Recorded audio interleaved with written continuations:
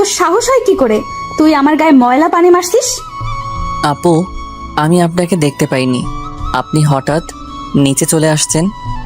তুই আমার গায়ে ইচ্ছে করে ফেলছিস, এর জন্য তোকে শাস্তি পেতে হবে। আমি তো বলছি আপনার গায়ে ইচ্ছে করে পানি মারি নাই।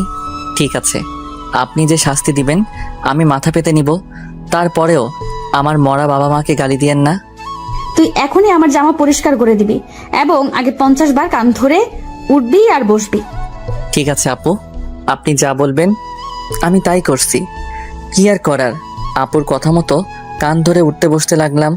আপু রুমে গিয়ে জামা চেঞ্জ করে ময়লা জামা আমার সামনে দিয়ে রুমে চলে গেল। কান ধরা শেষ করে আপুর জামাগুলো নিয়ে ওয়াশরুমে চলে গেলাম। জামা পরিষ্কার করে ছাদের উপরে দিয়ে নিজের রুমে আসলাম। ওয়াশরুমে ঢুকে ফ্রেশ হয়ে কলেজে যাওয়ার জন্য রেডি হতে লাগলাম। রেডি হতে হতে আপনাদেরকে পরিচয়টা দিয়ে দিই। আমি রাসেল। দুনিয়ায় আপন বলতে কেউ নেই। মা আমাকে জন্ম দেওয়ার 5 মাস পর অসুস্থ হয়ে মারা যায়। এরপর বাবা আমাকে লালন পালন করে। কোনো রকম এসএসসি পাশ করার পর আব্বু রোড দুর্ঘটনায় মারা যায়। আব্বু রিক্সা চালিয়ে আমার পড়ালেখার খরচ চালিয়েছে। বাবা মারা যাওয়ার 1 মাস পর ঢাকায় চলে আসি। রাস্তা দিয়ে হাঁটতে আসি, কোথায় যাব কি করব কিছুই মাথায় আসছে না। এই ঢাকা শহরে আমার কেউ নেই, তাই যাওয়ার মতো স্থান নেই। সব ভেবে হাঁটতে হাঁটতেছি, হঠাৎ একটা গাড়ি এসে আমাকে ধাক্কা মারে। আমি রাস্তার একপাশে গিয়ে পড়ি। এরপর আর কিছু মনে নেই। যখন চোখ খুলি তখন দেখি আমি একটা হাসপাতালের কেবিনে শুয়ে আছি। আমার পাশে একজন বাবার বয়সী লোক বসে আছে। আমাকে চোখ খুলতে দেখে উনি বলল, যাক, অবশেষে তোমার জ্ঞান ফিরেছে। আজ একদিন পর তোমার জ্ঞান ফিরে এসেছে। আমার কি হয়েছে? আমি হাসপাতালে কেন? ওই দিন রাতে তুমি রাস্তা দিয়ে হাঁটতে হাঁটতে মাঝখানে চলে আসো। আমার ড্রাইভার কন্ট্রোল করতে না পেরে তোমাকে ধাক্কা মারে। তারপর আমি আর ড্রাইভার তোমাকে ধরে হাসপাতালে নিয়ে আসি। ও, আপনাকে অনেক ধন্যবাদ আমার জীবন বাঁচানোর জন্য। আচ্ছা, আমাকে বলো তো, তুমি রাস্তার মাঝখানে চলে আসলে কেন? আসলে দুনিয়ায় আপন বলতে আমার কেউ নেই। আম্মু জন্ম দেওয়ার 5 মাস পর অসুস্থ হয়ে মারা যায়। এরপর বাবা ছিল। 1 মাস আগে বাবা সড়ক দুর্ঘটনায় মারা যায়। এরপর ঢাকায় চলে আসি কাজের খোঁজে। এই ঢাকা শহরে আমার কেউ নেই, তাই কোথায় যাব কি করব এসব কিছু ভাবতে ভাবতে হাঁটতেছিলাম। তারপর কি হলো আপনি তো জানেন। কে বলেছে তোমার আপন কেউ নেই? আজ থেকে আমি তোমার সব। তুমি এখন থেকে আমার বাসায় থাকবে। আপনার পরিবারের মানুষ কি বলবে? আর আপনাকে তো আমি চিনি না। আমার পরিবারে আমি, স্ত্রী এবং একটা মেয়ে আছে। আর আমি হচ্ছি বাংলাদেশের টপ বিজনেসম্যান। তাদের মধ্যে একজন নাদিয়া গ্রুপ অফ কোম্পানির মালিক রহমান সিকদার। নাদিয়া হচ্ছে আমার মেয়ের নাম। আমি আপনার বাসায় যেতে পারি, কিন্তু আমাকে কোনো কাজ দিতে হবে। তুমি আমাকে আপনি করে বলছো কেন? এখন থেকে আঙ্কেল বলে রাখবে। আর তোমাকে এখন কোনো কাজ করতে হবে না। তুমি কতটুকু পর্যন্ত পড়াশোনা করেছো? জি, আমি এবার এসএসসি পাশ করেছি। ঠিক আছে, তাহলে তুমি আগে পড়ালেখা শেষ করো, তারপর আমার অফিসে চাকরি করবে। আপনি অনেক ভালো মনের মানুষ আঙ্কেল। দুনিয়া আপনার মতো মানুষ থাকলে মেধাবী ছেলেগুলো রাস্তায় থাকতে হতো না। আচ্ছা ঠিক আছে, তুমি এখন রেস্ট নাও। আমি ড্রাইভারকে ফোন দিয়ে বলছি, সে খাবার নিয়ে আসছে। খাবার খেয়ে ওষুধগুলো খেয়ে নেবে। আমি ডাক্তারের কাছে যাচ্ছি। এই কথা বলে আঙ্কেল কেবিন থেকে বেরিয়ে গেল। আজ 2 দিন পর আমাকে আঙ্কেলের বাসায় নিয়ে আসছে। আমাকে আন্টির সাথে পরিচয় করিয়ে দিল। আন্টির কথা শুনে বুঝতে পারলাম উনি আঙ্কেলের মতো অনেক ভালো মানুষ। বিকালে ওনার মেয়ে কলেজ থেকে আসার পর আমাকে তার সাথে পরিচয় করিয়ে দিছে। নাদিয়া আপুর কথা শুনে বুঝতে পারলাম উনিও অনেক ভালো মানুষ। আমাকে কত সহজে আপন করে নিচ্ছে। সুন্দরভাবে চলছিল আমার জীবন। আমাকে নাদিয়া আপুর কলেজে ভর্তি করিয়ে দিছে। নাদিয়া আপু প্রতিদিন ওনার সাথে করে কলেজে নিয়ে যায়, আবার নিয়ে আসে। নাদিয়া আপু এবার ইন্টার ফাইনাল ইয়ারে পড়ে, আর আমি প্রথম ইয়ারে। বয়সে আমার চেয়ে 2 বছরের বড় হবে। এভাবে দেখতে দেখতে একটা বছর কেটে গেল। কিন্তু হঠাৎ নাদিয়া আপুর ব্যবহার অন্যরকম হয়ে গেছে। আজ 1 মাস থেকে। আগে তো ভালো ছিল, কিন্তু হঠাৎ এত পরিবর্তন কেন? গতকাল রাতে অনেক বৃষ্টি হয়েছে, তাই ছাদে পাতা পড়ে পানি জমে গেছে। 1 বালতির মতো পানি হবে। আমি পানিগুলো কুড়ে নিচে ফেলে দিলাম। হঠাৎ নিচের দিকে তাকিয়ে দেখি নাদিয়া আপু চোখ মুখ লাল করে দাঁড়িয়ে আছে। এরপর দ্রুত নিচে নেমে আসলাম। তারপর কি হলো আপনারা তো জানেন। আপনাদের সাথে কথা বলতে বলতে রেডি হয়ে নিচে চলে আসলাম। নিচে এসে দেখি আপু নাই, তাই আমি খালাকে জিজ্ঞেস করলাম, নাদিয়া আপু কোথায়? উনি কি নাস্তা করবে না? নাদিয়া ম্যাম তো নাস্তা করে গাড়ি নিয়ে কলেজে চলে গেছে। ও আচ্ছা ঠিক আছে, তাহলে তুমি আমাকে নাস্তা দাও। আজকে আমার পাঠক পাঠিকা ভাই বোনদের সাথে কথা বলতে বলতে দেরি হয়ে গেছে। পাঠক পাঠিকা এরা আবার কারা? আরে খালা, যারা আমার গল্প নিয়মিত পড়ে তাদের বলছি। আমি এত কিছু বুঝি না, পড়ালেখা করি নাই, তাহলে বুঝবো কেমনি? তুমি বরং নাস্তা করে তাড়াতাড়ি কলেজে যাও। আমি আর কোনো কথা না বলে নাস্তা করে ব্যাগটা নিয়ে বাসার বাহিরে চলে আসলাম। তারপর একটা রিক্সা নিয়ে কলেজে যেতে লাগলাম। এবার আপনারা হয়তো বলবেন, আপনার আঙ্কেল আন্টি কোথায়? আসলে আঙ্কেল আন্টি গ্রামে আঙ্কেলের বাসায় গেছে। আজকে প্রায় 15 দিন হয়েছে। কবে আসবে সেটা এখনো বলে নাই। এই 15 দিন নাদিয়া আপু আমাকে গাড়ি করে কলেজে নিয়ে যায়নি। 15 দিন আগে শুধু গাড়িতে করে কলেজে নিয়ে যেত, কিন্তু আসার সময় নিয়ে আসতো না। আমি সেটা আঙ্কেল আন্টিকে বলি নাই, তাহলে আপুকে বকাঝকা করবে। আপু আমার সাথে খারাপ ব্যবহার করছে ঠিকই, কিন্তু কখনো গায়ে হাত তোলে নাই। আজকে আমার দোষের কারণে থাপ্পড় মেরেছে। আমার দরকার ছিল নিচে তাকিয়ে পানিগুলো ফেলার, তাহলে আর আপুর গায়ে পড়তো না। কথা বলতে বলতে কলেজে চলে আসলাম। পকেটে হাত দিয়ে দেখি মানিব্যাগ আনতে ভুলে গেছি। সব পকেটে হাত দেখি 30 টাকার মতো আছে। রিক্সা ভাড়া মিটিয়ে কলেজের গেট দিয়ে ভিতরে ঢুকলাম। তারপর ক্লাসের সামনে চলে গেলাম। দেখি স্যার পড়া শুরু করে দিছে। স্যার, ভিতরে আসতে পারি? আরে রাসেল, তুমি আজকে তো দেরি কেন কলেজ আসতে? আসলে স্যার বাসায় একটু কাজ ছিল, সেগুলো শেষ করে আসতে দেরি হয়ে গেছে। ঠিক আছে, এখন গিয়ে সিটে বসো। Okay sir. আমি আর কোনো কথা না বলে রাফির পাশে গিয়ে বসলাম। রাফি বলল, কি রে, তোর গাল লাল হয়ে আছে কেন? শালা, স্যার ধরতে পারি নাই। তুই শালা কিভাবে ধরলি? শোন, আমি তোর বেস্ট ফ্রেন্ড, তোর চেহারা দিকে তাকালে আমি সব বুঝতে পারি। এখন বল, লাল হয়ে আছে কেন? নাদিয়া আপু কি তোর গায়ে হাত তুলেছে? তোকে কলেজ ছুটি হওয়ার পর সব খুলে বলবো। রাফি আর কোনো কথা বলল না। আসলে আমরা দুজন বেস্ট ফ্রেন্ড। আমি আমার সবকিছু ওর সাথে শেয়ার করি, আর রাফি তার সবকিছু আমার সাথে শেয়ার করে। রাফির বাবা আঙ্কেলের মতো একজন বিজনেসম্যান। সবগুলো ক্লাস শেষ করে দুই বন্ধু বাহিরে আসলাম। এবার বল, নাদিয়া আজকে তোকে কেন মেরেছে? আসলে আমি আজকে সকালে, তারপর সবকিছু খুলে বললাম। এই জন্য বুঝি তোর গায়ে হাত তুলবে? হাত তো তুলেছে, আবার কান ধরে উঠবোস করিয়েছে, জামা কাপড় পরিষ্কার করিয়েছে। আচ্ছা, এসব কথা বাদ দেই। আমারই ভুল ছিল নিচে তাকিয়ে পানিগুলো ফেলার। হ্যাঁ ঠিক আছে, চল আজকে তোকে বাসায় নামিয়ে দিয়ে আসি। ঠিক আছে চলো। না করলাম না, কারণ আমার কাছে টাকা নেই। রাফির কাছ থেকে অনেক টাকা নিয়েছি, আবার টাকা দিতে গেলে নেয় না। নিজের কাছে খারাপ লাগে টাকার কথা বলতে। কথা বলতে বলতে বাসায় চলে আসলাম। রাফি গাড়ি নিয়ে চলে গেল। আসার সময় আপুকে কলেজে দেখলাম না, মনে হয় কোথাও গেছে। বাসার ভিতরে ঢুকে কলিং বেল চাপ দিলাম। খালা এসে দরজা খুলে দিল। আমি খালাকে বললাম, খালা, নাদিয়া আপু কি বাসায় আছে? তুমি যাওয়ার 30 মিনিট পর বাসায় চলে এসেছি, এখনো রুমে আছি। দেখে মনে হচ্ছে মন খারাপ। ঠিক আছে খালা, আমি রুমে গেলাম। আমি ফ্রেশ হয়ে আসছি, তুমি টেবিলে খাবার দাও। ঠিক আছে, যাও। আমি রুমে এসে ব্যাগটা টেবিলের উপর রেখে ওয়াশরুমে চলে গেলাম। ফ্রেশ হয়ে একটা জামা গায়ে দিয়ে নিচে চলে আসলাম। দেখি নাদিয়া আপু আসে নাই, তাই আমি আপুর রুমের সামনে দাঁড়িয়ে বললাম, আপু দরজাটা খোলো। কেন, কি হয়েছে? খাবার খেতে আসো। সেই সকালে রুমে ঢুকে বসে আছো, কি হয়েছে তোমার? আমার কিছু হয়নি, তুই এখন যা, আমাকে একা থাকতে দে। আপু প্লিজ দরজাটা খোলো, তোমার সাথে আমার কিছু কথা আছে। নাদিয়া আপু আর কোনো কথা না বলে দরজা খুলে দিয়ে বিছানায় গিয়ে বসলো। আমাকে বলল, বল, কি কথা বলবি? আপু তুমি সকালের ওটা নিয়ে আমার উপর রেগে আছো। তোমার যদি শাস্তি দেওয়া কম হয় তাহলে তুমি আমাকে আরো শাস্তি দাও, আমি মাথা পেতে নিব। তারপরেও তুমি না খেয়ে থেকো না। নাদিয়া আপু আর কোনো কথা না বলে বিছানা থেকে উঠে এসে আমাকে জড়িয়ে ধরলো। তখন আপু বলল, তুই আমাকে ক্ষমা করে দে রাসেল, আমি তোর উপর রাগ করে নেই। আমি একটা ছেলেকে ভালোবাসি, কিন্তু ছেলেটা অন্য একটা মেয়েকে ভালোবাসে, তাই ওর উপরে রাগ করে তোর সাথে খারাপ ব্যবহার করছি। তুই আমাকে মাফ করে দে। আজকে তোর গায়ে হাত তুলে নিজের কাছে অনেক খারাপ লাগছে, তাই ক্লাস না করে বাসায় চলে আসি। নাদিয়া আপু কান্না করে কথাগুলো বলল। আপু আমি কিছু মনে করি নাই, আমি জানি তোমার হয়তো কিছু হয়েছে, তাই তুমি আমার সাথে এরকম করছো। তুমি একটা বার ওই ছেলেটাকে দেখিয়ে দিও, আমি ওকে আবার তোমার কাছে নিয়ে আসবো। না রে, ও আর আমাকে ভালোবাসে না, ও আমার সাথে প্রেমের অভিনয় করছে, আমি সেটা বুঝতে পারিনি। মন খারাপ করো না, দেখবে আস্তে আস্তে সব ঠিক হয়ে যাবে। তুমি ফ্রেশ হয়ে আসো, দুজনে একসাথে খাবার খাবো। ঠিক আছে, তুই বস, আমি ফ্রেশ হয়ে আসছি।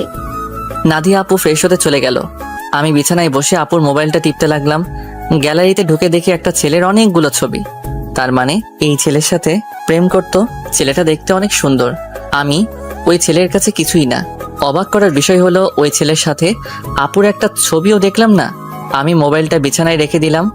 কিছুক্ষণ পর আপু ওয়াশরুম থেকে বেরিয়ে আসলো। আমি তার দিকে তাকিয়ে মাথা নিচু করে ফেললাম। আপু মনে হয় বিষয়টা বুঝতে পেরেছে। তাই আপু বলল, আসলে আমার মনে ছিল না তুই যে আমার রুমে। আমি ওয়াশরুমে ঢুকে জামা কাপড় গায়ে দিচ্ছি। ওয়াশরুমে যেতে হবে না, আমি নিচে যাচ্ছি, তুমি জামা কাপড় গায়ে দিয়ে আসো। এই কথা বলে আমি আপুর রুম থেকে বেরিয়ে নিচে চলে আসলাম। কিছুক্ষণ পর আপু জামা গায়ে দিয়ে নিচে চলে আসলো। একটা কথা আপনাদেরকে বলে দেই, আমি নাদিয়াকে নিজের বড় আপুর মতো জানি। দুজনে একসাথে খাবার খেতে লাগলাম। খাবার খেয়ে যে যার রুমে চলে আসলাম।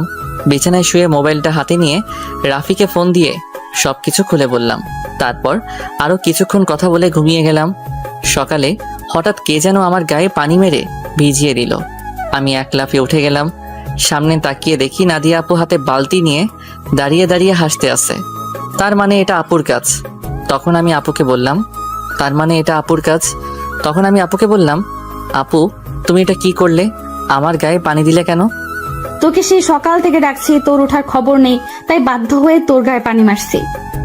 তাই বলে তুমি পানি মারবে? দেখো পুরো শরীর ভিজে গেছে। ভালো হয়েছে, এখন কথা না বলে গোসল করে রেডি হয়ে নিচে আয়। ঠিক আছে, কিন্তু আজকে হঠাৎ আমাকে ডাকতে আসলে কেন? হঠাৎ কোথায়? 1 মাস তোকে ডাকি নাই। এর আগে তো প্রতিদিন সকালে তোকে ডেকে তুলছি। আর কি কারণে তোকে 1 মাস ডাকি নাই সেটা তুই খুব ভালো করে জানিস। ঠিক আছে তুমি যাও, আমি ফ্রেশ হয়ে আসছি। তাড়াতাড়ি আয়। বলে নাদিয়া আপু রুম থেকে বেরিয়ে গেল। আমি দাঁড়িয়ে না থেকে ওয়াশরুমে ঢুকে গোসল করে রেডি হয়ে কলেজের ব্যাগটা কাঁধে নিয়ে নিচে চলে আসলাম। কিছুক্ষণ পর আপু আসলো। দুজনে একসাথে নাস্তা করে গাড়ি নিয়ে কথা বলতে বলতে কলেজে চলে আসলাম। আপু গাড়ি পার্কিং করে বলল, তোর ক্লাস শেষ হলে আমার জন্য অপেক্ষা করবি, দুজনে একসাথে বাসায় যাব। ওকে ঠিক আছে। আপু আর কোনো কথা না বলে তার ক্লাসে চলে গেল। হঠাৎ পিছন থেকে রাফি বলল, কি রে, কেমন আছিস? এই তো ভালো আছি, তুই কেমন আছিস? আমিও ভালো আছি। আজকে তাহলে আপু তোকে কলেজে নিয়ে আসলো? আপু এখন আগের মতো হয়ে গেছে। এতদিন একটা ছেলের কারণে আমার সাথে খারাপ ব্যবহার করছে। ওই শালাকে যদি সামনে পাইতাম তাহলে অবস্থা খারাপ করে দিতাম। ওসব কথা বাদ দেই, এখন ক্লাসে চল। ঠিক আছে চল। আমি আর রাফি ক্লাসে চলে আসলাম। কিছুক্ষণ পর স্যার ক্লাসে আসলো। সবগুলো ক্লাস শেষ করে আমি আর রাফি বাইরে চলে আসলাম।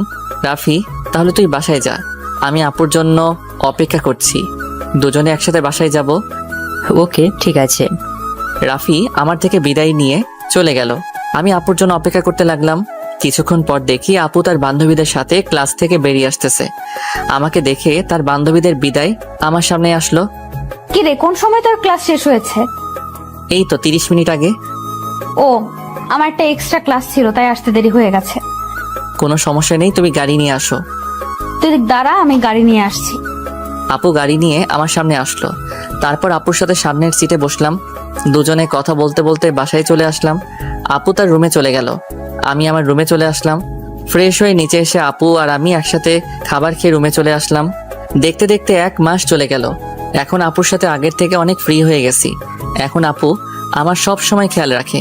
কলেজে কোনো মেয়ের সাথে কথা বলতে দেয় না, আমাকে শাসনের উপর রাখে। আপুর এসব আমার অনেক ভালো লাগে।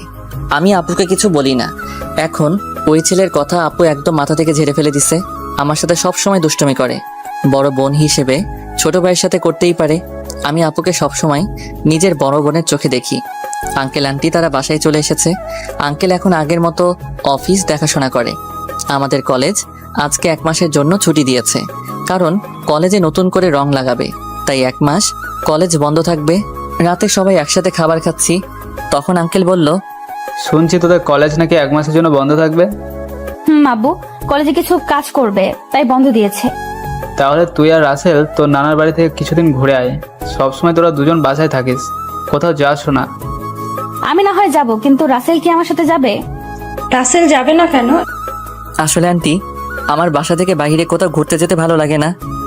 এটা তো আর অন্য কোথাও যেতে বলছি না, আমার বাপের বাড়ি যেতে বলছি। রাসেল আমার সাথে না গেলে আমিও কোথাও যাব না। ঠিক আছে আপু, আমি তোমার সাথে যাব। এবার খুশি? অনেক খুশি। তাহলে কালকে সকালে তোরা দুজনে রওনা দে। এখন রুমে গিয়ে জামা কাপড় গুছিয়ে রাখিস। আর তোরা কি গাড়ি নিয়ে যাবি? না আব্বু, আমরা বাসে করে যাব। ঠিক আছে, তোরা যেটা ভালো বুঝিস। কেউ আর কোনো কথা না বলে খাবার খেতে লাগলো। আমি খাবার খেয়ে রুমে চলে আসলাম। রুমে এসে জামা কাপড় গুছিয়ে রাখলাম। তারপর বিছানায় শুয়ে মোবাইল টিপতে টিপতে ঘুমিয়ে পড়লাম। পরের দিন সকালে আপু এসে আমাকে ডেকে তুললো। আমাকে রেডি হতে বলে তার রুমে চলে গেল।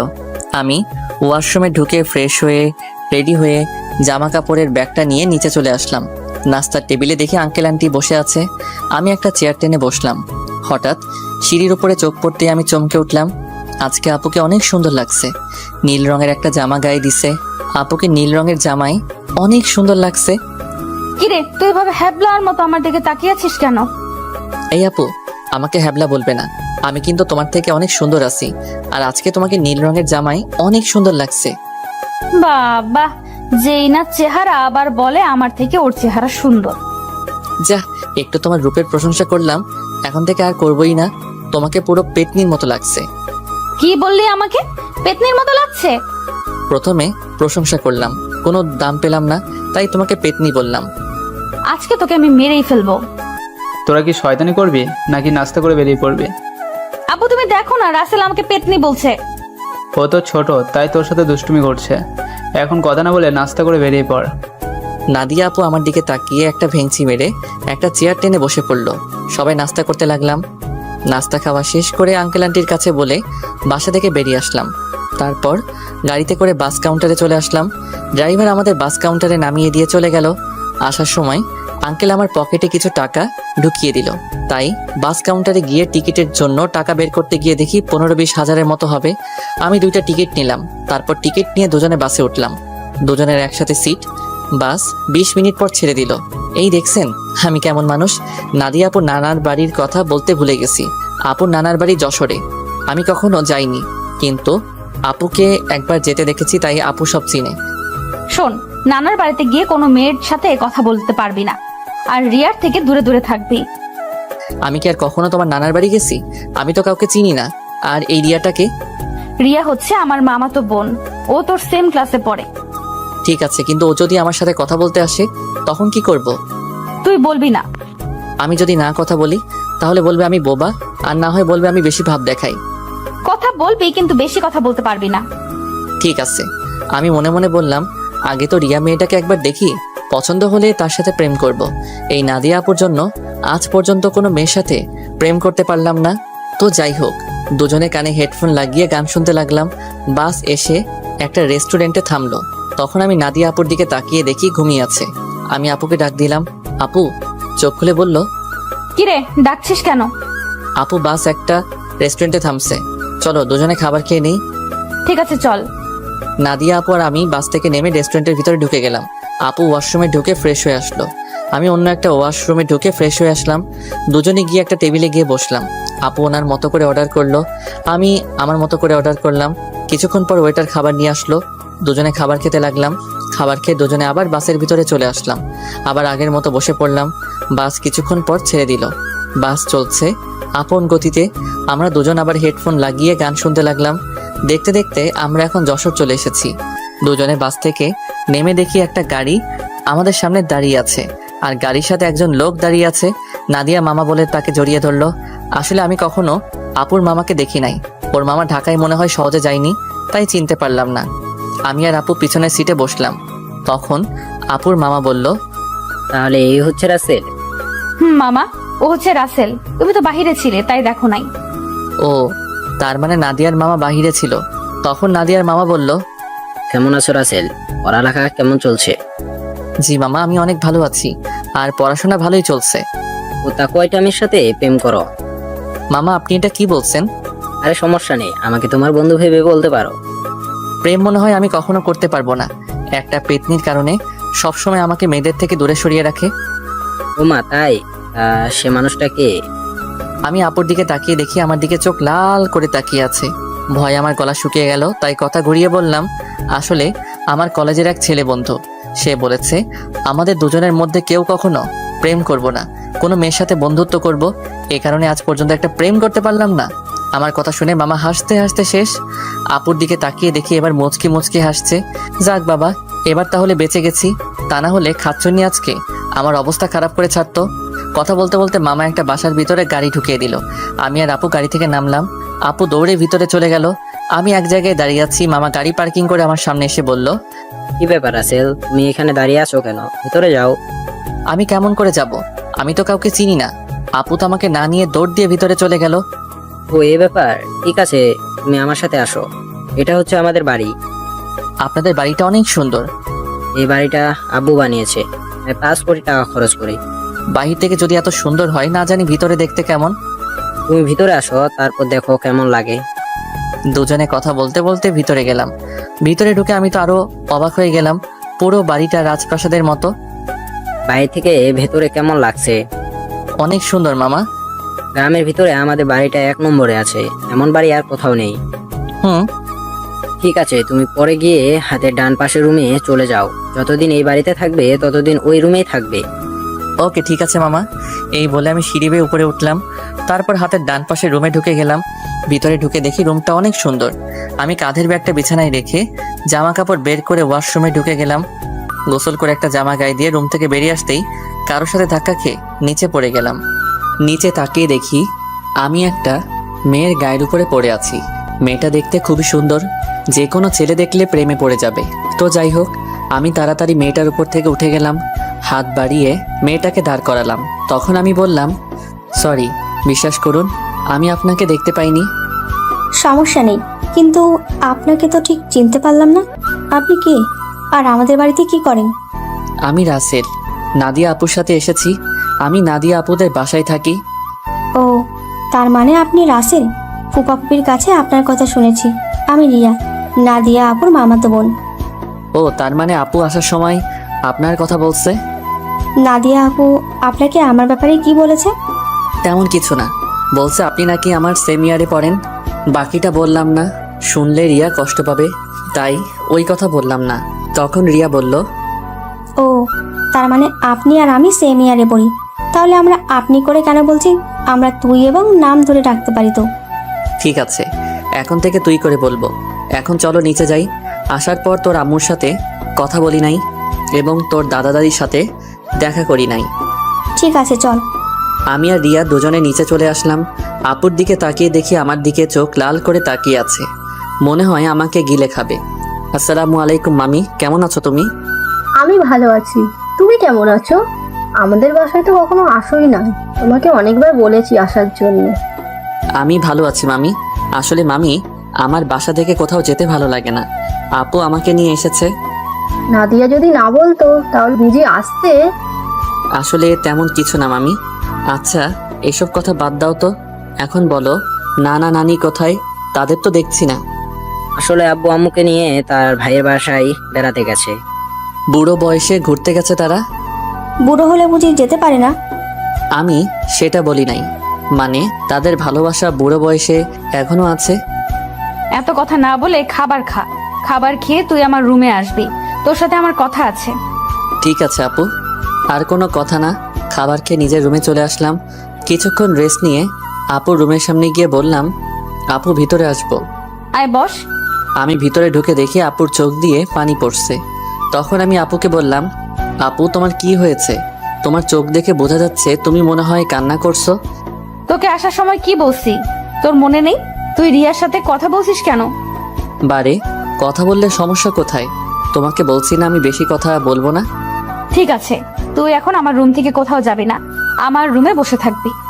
আপু পুরোটা রাস্তায় জার্নি করে আসছি, তাই ভাবছি একটা ঘুম দিমো। তাহলে আমার রুমে ঘুমিয়ে পড়, তোর রুমে যাওয়া লাগবে না। যদি বাড়ির মানুষ অন্য কিছু ভাবে তখন কি হবে? এই বাসার সবাই জানে আমি তোর থেকে বড়, তাহলে অন্য কিছু ভাববে কেন? কথা না বলে ঘুমিয়ে পড়। আমি আর কোনো কথা না বলে আপুর বিছানায় ঘুমিয়ে পড়লাম। এবার আপনাদের কিছু কথা বলি। আসলে নানা নানি এবং মামি অনেকবার ঢাকায় গেছে, তাই ওদের চিনি, কিন্তু রিয়া কখনো ঢাকায় যায়নি। আর কেন যায় না সেটা আমি বলতে পারবো না। আমার ঘুম আসার পর আপু আমার দিকে তাকিয়ে আছে আর মনে মনে বলে, রাসেল তুই কি আমার মুখের কথা বুঝতে পারিস না? আমি তোর এত খেয়াল কেন রাখি? তোকে কেন মেয়ের সাথে কথা বলতে দেই না? কেন? কারণ আমি তোকে অনেক ভালোবাসি। তোকে যদি আমার জীবনে না পাই তাহলে আমার এই জীবন শেষ করে দিব। আমি তোকে অন্য মেয়ের সাথে সহ্য করতে পারবো না।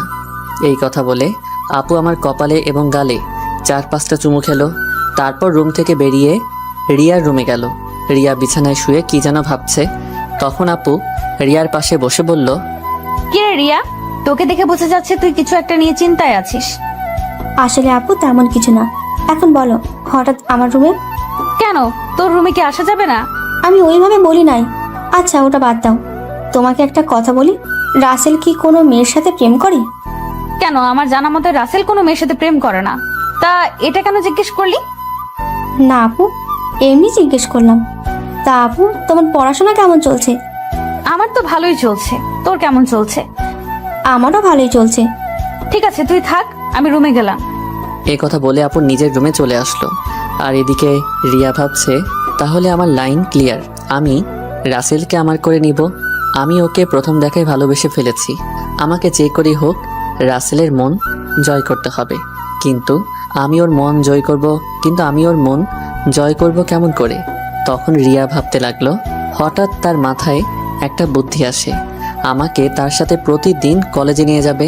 তারপর আস্তে আস্তে রাসেলকে রিয়ার প্রতি দুর্বল করবে। বিকালে ঘুম থেকে উঠে দেখি আপু আমার পাশে শুয়ে আছে, যেন একটা পিচ্চি মেয়ে আমার পাশে শুয়ে আছে। আমি আপুর দিকে তাকিয়ে বিছানা থেকে নামতেই আপুর ঘুম ভেঙে গেল। কি ব্যাপার আপু, তুমি উঠলে কেন? ঘুম ভেঙে গেছে তাই উঠে গেলাম। তুই ফ্রেশ হয়ে আয়, দুজনে মিলে গ্রামটা ঘুরে দেখবো। ঠিক আছে, আমি রুমে গিয়ে ফ্রেশ হয়ে আসছি। এইটা বলে আপুর রুম থেকে বেরিয়ে নিজের রুমে চলে আসলাম। ওয়াশরুমে ঢুকে ফ্রেশ হয়ে একটা জামা গায়ে দিয়ে নিচে নেমে আসলাম। নিচে এসে দেখি রিয়া সোফায় বসে টিভি দেখছে। আমাকে দেখে সামনে এসে বলল, কি রে, তুই কি কোথাও যাবি? আপু আর আমি তোদের গ্রামটা ঘুরে দেখব। আপু ফ্রেশ হয়ে আসছে। ঠিক আছে, তোরা আমার জন্য কিছুক্ষণ অপেক্ষা কর, আমিও তোদের সাথে যাব। এটা বলে রিয়া দৌড় দিয়ে তার রুমে চলে গেল। কিছুক্ষণ পর আপু বেরিয়ে আসলো। আপুকে দেখতে অনেক সুন্দর লাগছে। আপু আমার সামনে এসে বলল, রাসেল আমি রেডি, এবার চল। একটু দাঁড়াও। রিয়া বলেছে সেও আমাদের সাথে যাবে, আমাদের অপেক্ষা করতে বলছে। আপু রিয়ার কথা শুনে মুখটা বেজার করে ফেললো। আমি বুঝতে পারছি, কিন্তু আমি তো আর রিয়াকে মানা করতে পারবো না। কিছুক্ষণ পর রিয়াও বেরিয়ে আসলো। রিয়াকেও অনেক সুন্দর লাগছে, হালকা মেকআপ করছে, তাতেই অনেক সুন্দর লাগছে রিয়াকে। তারপর আমরা 3 জন বাসা থেকে বেরিয়ে গ্রামের ভিতরে দিয়ে হাঁটতে লাগলাম। গ্রামের দৃশ্য দেখতে অনেক সুন্দর, মন চায় সারাদিন সবুজ শ্যামল এই গ্রামটা ঘুরে দেখতে। কি সুন্দর বাতাস বয়ে যাচ্ছে, বাতাসে আপু এবং রিয়ার চুল উঠছে। তাদের দিকে তাকিয়ে দেখি ওরা দুজন আমার দিকে তাকিয়ে আছে। আমি তো কিছুই বুঝতে পারলাম না। ঘুরতে ঘুরতে রাত 8টা বেজে গেল। আসলে আমরা রিয়াদের বাজারে আসছি, এখানে ফুচকা আইসক্রিম খেয়েছি। আপু বেশি খাইনি, চেহারাটা কেমন করে যেন রেখেছে।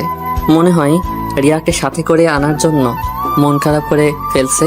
তো যাই হোক, 3 জনে হাঁটতে হাঁটতে বাসায় চলে আসলাম। যে যার রুমে চলে আসলাম। আমি ওয়াশরুমে ঢুকে ফ্রেশ হয়ে নিচে চলে আসলাম। সবার সাথে খাবার খেতে লাগলাম।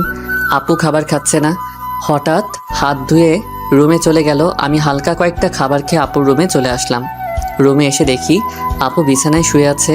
আমি আপুর সামনে গিয়ে বললাম, আপু আমি রিয়াকে আমাদের সাথে যেতে বলি নাই, সে নিজে এসেছে আমাদের সাথে। আপু কোনো কথা বলছে না, আবার অন্যদিকে মুখ ঘুরিয়ে নিল। এবার আমি আপুকে আমার দিকে ঘুরিয়ে বললাম, আপু তুমি কি আমার উপর রেগে আছো? প্লিজ, তুমি এভাবে মন খারাপ করে থাকলে আমার কাছে একটু ভালো লাগে না। হঠাৎ আপু আমার সাথে এমন কিছু করবে সেটা আমি কখনো ভাবতে পারিনি। আপু আমাকে জড়িয়ে ধরে ঠোঁটের সাথে ঠোঁট লাগিয়ে পাগলের মতো কিস করতে লাগলো। আমি ছাড়ার চেষ্টা করছি, কিন্তু আপু আমাকে শক্ত করে ধরে আছে। প্রায় 5 মিনিট পর ছেড়ে দিয়ে কান্না করতে করতে বলল, তুই আমার রুমে কেন এসেছিস? তুই কি কিছু বুঝিস না আমি কেন তোকে অন্য মেয়ের সাথে কথা বলতে দিই না? তোকে সব সময় চোখে চোখে রাখি, তোর এত কেয়ার করি, কারণ আমি তোকে ভালোবাসি।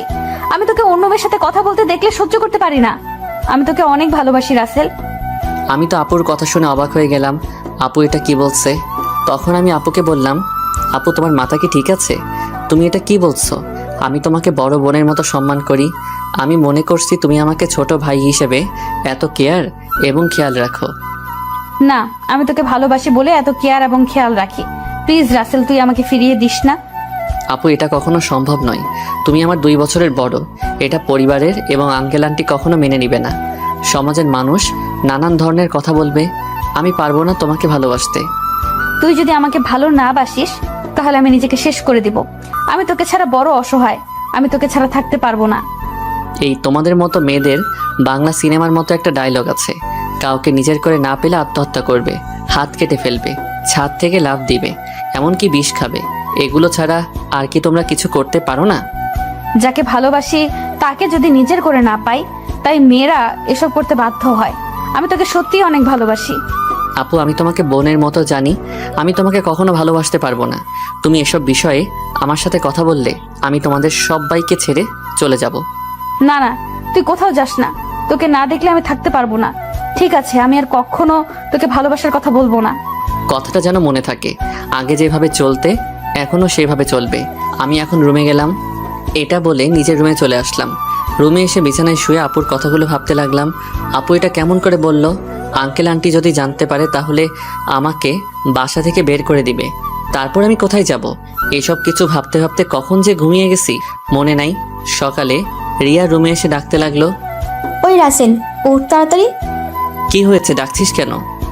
আজকে তুই আমার সাথে কলেজে যাবি, তাই তোকে ডাকতে আসলাম। আমি তোর কলেজে যাব কেন? আমি তো তোর কলেজে পড়ি না। সেটা তো আমি জানি, তোকে আমাদের কলেজটা ঘুরে দেখাবো। তাড়াতাড়ি ওঠ। ঠিক আছে, তুই যা, আমি ফ্রেশ হয়ে আসছি। রিয়া আর কোনো কথা না বলে আমার রুম থেকে বেরিয়ে গেল। আমি বিছানা থেকে উঠে ওয়াশরুমে ঢুকে ফ্রেশ হয়ে রেডি হয়ে নিচে চলে আসলাম। নিচে এসে দেখি মামা মামি নাস্তার টেবিলে বসে আছে। আমি গিয়ে একটা চেয়ার টেনে বসলাম। তা রাসেল, রাতে ঘুম কেমন হয়েছে? অনেক ভালো ঘুম হয়েছে মামা। তা তুমি এত সকালে ঘুম থেকে উঠলে কেন? রিয়া আমাকে ঘুম থেকে উঠিয়ে দিল। তার সাথে কলেজে যাওয়ার জন্য আমাকে নাকি তাদের কলেজটা ঘুরে দেখাবে। ও ঠিক আছে, তোমরা নাস্তা করো, আমি নাদিয়াকে ঘুম থেকে ডেকে তুলছি। আপু এখনো ঘুম থেকে উঠে নাই? এখনো তো উঠে নাই, গতকাল রাতে অল্প কয়েকটা খাবার খেয়েছি। মেয়েটার হঠাৎ কি হলো? কি আর হবে, মনে হয় ভালো লাগছে না তাই খাবার কম খেয়েছে। হঠাৎ রিয়া এসে একটা চেয়ার টেনে আমার পাশে বসলো। তখন রিয়া বলল, কি হয়েছে আম্মু? তোমরা কি নিয়ে কথা বলছো? ওর নাদিয়া আপুর কথা বলছে। মেয়েটা হঠাৎ কি হয়েছে? আপুর আবার কি হবে? কালকে তো আমাদের সাথে সুন্দরভাবে ঘোরাঘুরি করছে। মনে হয় অনেক হাঁটাহাঁটি করাতে শরীর খারাপ লাগছে। হয়তো তাই হবে। ঠিক আছে, তোরা নাস্তা করে কলেজে যা, আমি নাদিয়াকে ঘুম থেকে উঠলে তাকে জিজ্ঞাসা করব। কেউ আর কোনো কথা না বলে নাস্তা খেতে লাগলো। আর আমি তো জানি আপু কেন এমন করছে। আপু যেটা চাচ্ছে সেটা কখনোই সম্ভব নয়। আমি কখনো আপুকে ওই রকম চোখে দেখি নাই। রিয়া আর আমি নাস্তা করে মামাকে বলে বাসা থেকে বেরিয়ে আসলাম। তখন রিয়া বলল, আচ্ছা রাসেল, দেখ তো আমাকে কেমন লাগছে। আমি তো এতক্ষণ রিয়ার দিকে খেয়াল করি নাই। আজকে রিয়াকে অনেক সুন্দর লাগছে। রিয়ার সৌন্দর্য ফুটে তুলছে তার ঠোঁটের পাশের তিলটাই। তখন আমি বললাম, আজকে তোকে অনেক সুন্দর লাগছে। যে কোনো ছেলে দেখলে প্রেমে পড়ে যাবে। কোনো ছেলে পড়ার দরকার নেই, তুই পড়লেই হবে। ওই বিড়বিড় করে কি বলছিস? কিছু না, একটা রিক্সা ডাক দে। বাসায় গাড়ি থাকতে রিক্সা করে কলেজে যাবি কেন? আমার মন বলছে তুই একটা রিক্সা ডাক দে। ওই একটা রিক্সা ডাক দিব কেন? আমরা তো দুইজন এখানে, একটা রিক্সায় কি করে যাব? ওই হারামি, এই রিক্সা করে আমি আর তুই যেতে পারবো না। বেশি কথা না বলে রিক্সা ডাক দে। ঠিক আছে, দিচ্ছি। একদিনের পরিচয় তুই আমার সাথে এইভাবে ঝগড়া করছিস? তোর সাথে তো এখনো কিছু করি নাই, তাড়াতাড়ি রিক্সা ডাক দে, এমনি দেরি হয়ে যাচ্ছে। আমি আর কোনো কথা না বলে একটা রিক্সা ডাক দিলাম। দুজনে রিক্সায় উঠলাম। তখন রিয়া বলল, আচ্ছা রাসেল, তুই কি কখনো প্রেম করেছিস কোনো মেয়ের সাথে? আমার দ্বারা এসব হবে না। আমার সাথে কোনো মেয়ে প্রেম করবে না। আমার চেহারা ভালো না। কে বলেছে তোর চেহারা খারাপ? তুই দেখতে অনেক সুন্দর। সুন্দর হলে কি হবে? আপু তো আমাকে কোনো মেয়ের সাথে প্রেম করতে দিবে না। আর আমিও মনের মতো কাউকে পাইনি। আশেপাশে তাকালে তো পেতে পারিস। আমার পাশে তুই ছাড়া আর তো কেউ নেই, তাহলে পাবো কি করে? আরে পাগল, তোকে কি আমি অন্য কারো কথা বলেছি? আমাকে কি চোখে পড়ে না? কি রে, চুপ করে আছিস কেন? তোর কলেজ আর কত দূর? এই তো সামনেই। তারপর দুজনে কথা বলতে বলতে রিয়ার কলেজের সামনে চলে আসলাম। আমি রিক্সা ভাড়া দিলাম। রিয়া আমাকে মানা করছে, কিন্তু তারপরেও আমি ভাড়া দিছি। দুজনে গেট দিয়ে কলেজের ভিতরে ঢুকলাম। হঠাৎ কয়টা মেয়ে আমাদের সামনে আসলো। তাদের একটা মেয়ে বলল, কি রে রিয়া, তোর সাথে উনি কে? আগে তো কখনো দেখিনি। আমার মনে হয় কি আমাদের রিয়ার বয়ফ্রেন্ড। দেখতে কিন্তু অনেক সুন্দর। যদি রিয়ার আগে আমি দেখতাম তাহলে ওর সাথে প্রেম করতাম। আইসে, তোর যে চেহারা, এই চেহারা এইরকম ছেলে কখনোই পাবি না। ওই তোরা কি চুপ করবি? রীতি মিতু, তোরা জানিস ওকে? ও হচ্ছে আমার ফুফাতো ভাই রাসেল। তুই তো কখনো আমাদের তোর ফুফাতো ভাইয়ের কথা বলিস নাই। আমি যদি জানতাম আমার ফুফাতো ভাই আছে তাহলে তো তোদের অবশ্যই বলতাম। তোরা তো আমার ফুফাতো বোন নাদিয়া আপুকে চিনিস, ওনার ছোট ভাই। ও আচ্ছা, তা ভাইয়া কেমন আছেন?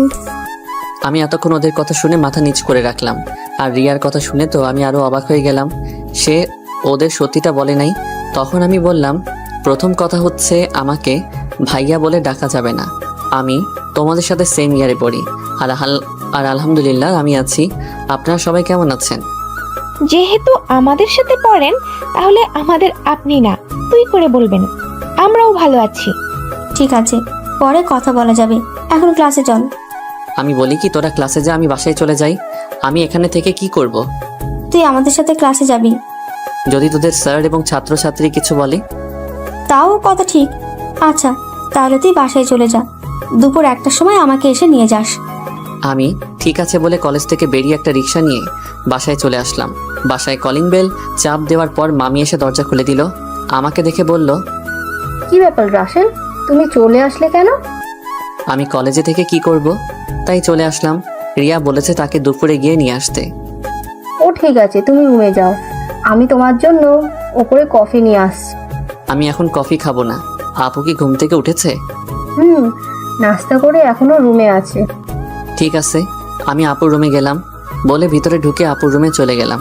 আপুর রুমে এসে দেখি কার সাথে যেন মোবাইলে হেসে হেসে কথা বলছে। আমাকে দেখে ফোন কেটে দিল। তখন বলল, আমি তোমার রুমে আসলে সমস্যা কোথায়? আর তুমি কার সাথে কথা বলছো? সেটা কি তোকে বলতে হবে? আপু, তুমি আমার সাথে এইভাবে কথা বলছো কেন? তোর সাথে আমার কথা বলতে ভালো লাগছে না, তুই আমার রুম থেকে বেরিয়ে যা। আমি আর কোনো কথা না বলে আপুর রুম থেকে বেরিয়ে আমার রুমে চলে আসলাম। বিছানায় বসে ভাবতে লাগলাম, আপুর হঠাৎ কি হলো? আমার মনে হয় তার ভালোবাসা মেনে না নেওয়ার কারণে আমার উপর রেগে আছে। আপুর এমন কথায় কেন জানি আমার অনেক খারাপ লাগছে।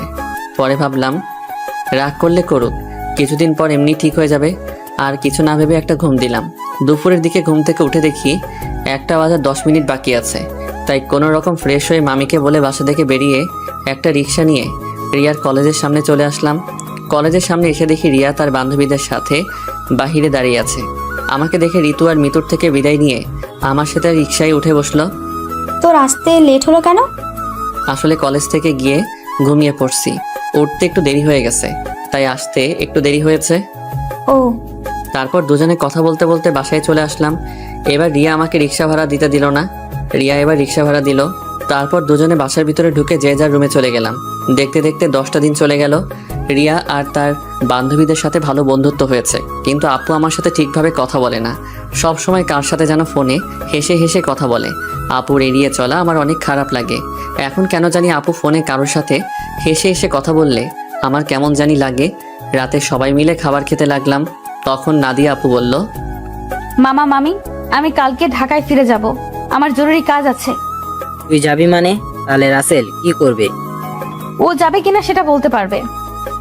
রাসেল, তুমি কি কিছু বলবে? নাদিয়ার সাথে তুমি যাবে না কি? তুমি আরো কিছুদিন থাকবে? না মামা মামি, আমিও আপুর সাথে কালকে চলে যাব। আমি থেকে কি করব? তাহলে ঠিক আছে, তা গাড়ি নিয়ে যাবি নাকি বাসে করে যাবি? না মামা, আমরা বাসে করে যাব। তুমি ড্রাইভারকে বলে দিও আমাদের বাস কাউন্টারে নামিয়ে দিয়ে আসতে। মামা ঠিক আছে বলে খাবার খেতে লাগলো। রিয়ার দিকে তাকিয়ে দেখি মন খারাপ করে হাতে পানি ঢেলে রুমে চলে গেল। সেটা আমি বলবো কেমন করে? তুমি গিয়ে তোমার মেয়েকে জিজ্ঞাসা করো। ঠিক আছে, ওর সাথে আমি পরে কথা বলবো, এখন খাবার খাও। সবাই খাবার খেতে লাগলো। আমি খাবার খেয়ে রুমে চলে আসলাম। রুমে এসে দেখি টেবিলের ওপর একটা কাগজ, লেখা আছে, রাসেল তুই একটু ছাদে আয়, আমি রিয়া, তোর সাথে কিছু কথা আছে। রিয়া হঠাৎ আমাকে ছাদে যেতে বলল কেন? আমি আর কোনো কিছু না ভেবে রুম থেকে বেরিয়ে ছাদে চলে গেলাম। ছাদে গিয়ে দেখি রিয়া ছাদের একটা কোথায় অন্যদিকে তাকিয়ে আছে। আমি রিয়ার সামনে গেলাম, তারপর রিয়াকে বললাম, বল আমাকে ছাদে আসতে বললি কেন? রিয়া আমার দিকে ঘুরে তাকালো। রিয়ার চোখ দেখি লাল হয়ে আছে, মনে হয় কান্না করছে। রিয়া বলল, রাসেল, আমি তোকে কিছু কথা বলতে চাই, প্লিজ তুই না করিস না। কি কথা আগে সেটা বল। তারপর রিয়া আমাকে যে কথা বলল, সে কথা কখনো আমি রিয়ার থেকে আশা করি নাই। রিয়া এ কথা কিভাবে বলতে পারলো? রাসেল, আমি তোকে প্রথম যেদিন আমাদের বাসায় দেখি, তোর সাথে ধাক্কা খাই, সেদিন থেকে আমি তোকে ভালোবেসে ফেলেছি। আমি মনে করছি আরও কিছুদিন পর তোকে ভালোবাসার কথা বলবো, কিন্তু যখন শুনেছি তুই কালকে ঢাকায় ফিরে যাবি, তখন আমার মনটা অনেক খারাপ হয়ে যায়। আমি আর থাকতে পারলাম না, তাই তোকে ছাদে ডেকে ভালোবাসার কথা বললাম। সত্যি রাসেল, আমি তোকে অনেক ভালোবাসি। এ কথা বলে রিয়া আমাকে জড়িয়ে ধরলো। আমি রিয়াকে বন্ধু ছাড়া অন্য কিছু ভাবি নাই, তাই ওর সাথে এত ফ্রি হয়েছি। কিন্তু রিয়া যে আমাকে ভালোবাসার কথা বলবে তা আমি কখনো ভাবিনি। আমি রিয়াকে আমার থেকে ছেড়ে বললাম, দেখ রিয়া, আমি তোকে বন্ধু ছাড়া অন্য কিছু কখনো ভাবিনি। আমি তোকে ভালোবাসতে পারবো না। তুই প্লিজ রাগ করিস না। তুই আমার থেকে অনেক ভালো ছেলে পাবি। আমাকে তুই ভুলে যা। রিয়া আমার কথা শুনে জোরে জোরে কান্না করে দিল। তারপর রিয়া বলল, তুই কেন আমাকে ভালোবাসতে পারবি না? আমি কি দেখতে খারাপ? কেন ভালোবাসতে পারবো না সেটা আমি বলতে পারবো না, আর তুই দেখতে অনেক সুন্দর।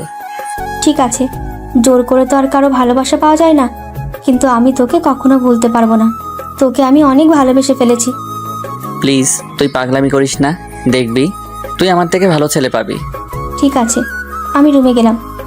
এই কথা বলে রিয়া ছাদ থেকে নেমে গেল। এই কারণে মেয়েদের সাথে বন্ধুত্ব করি না।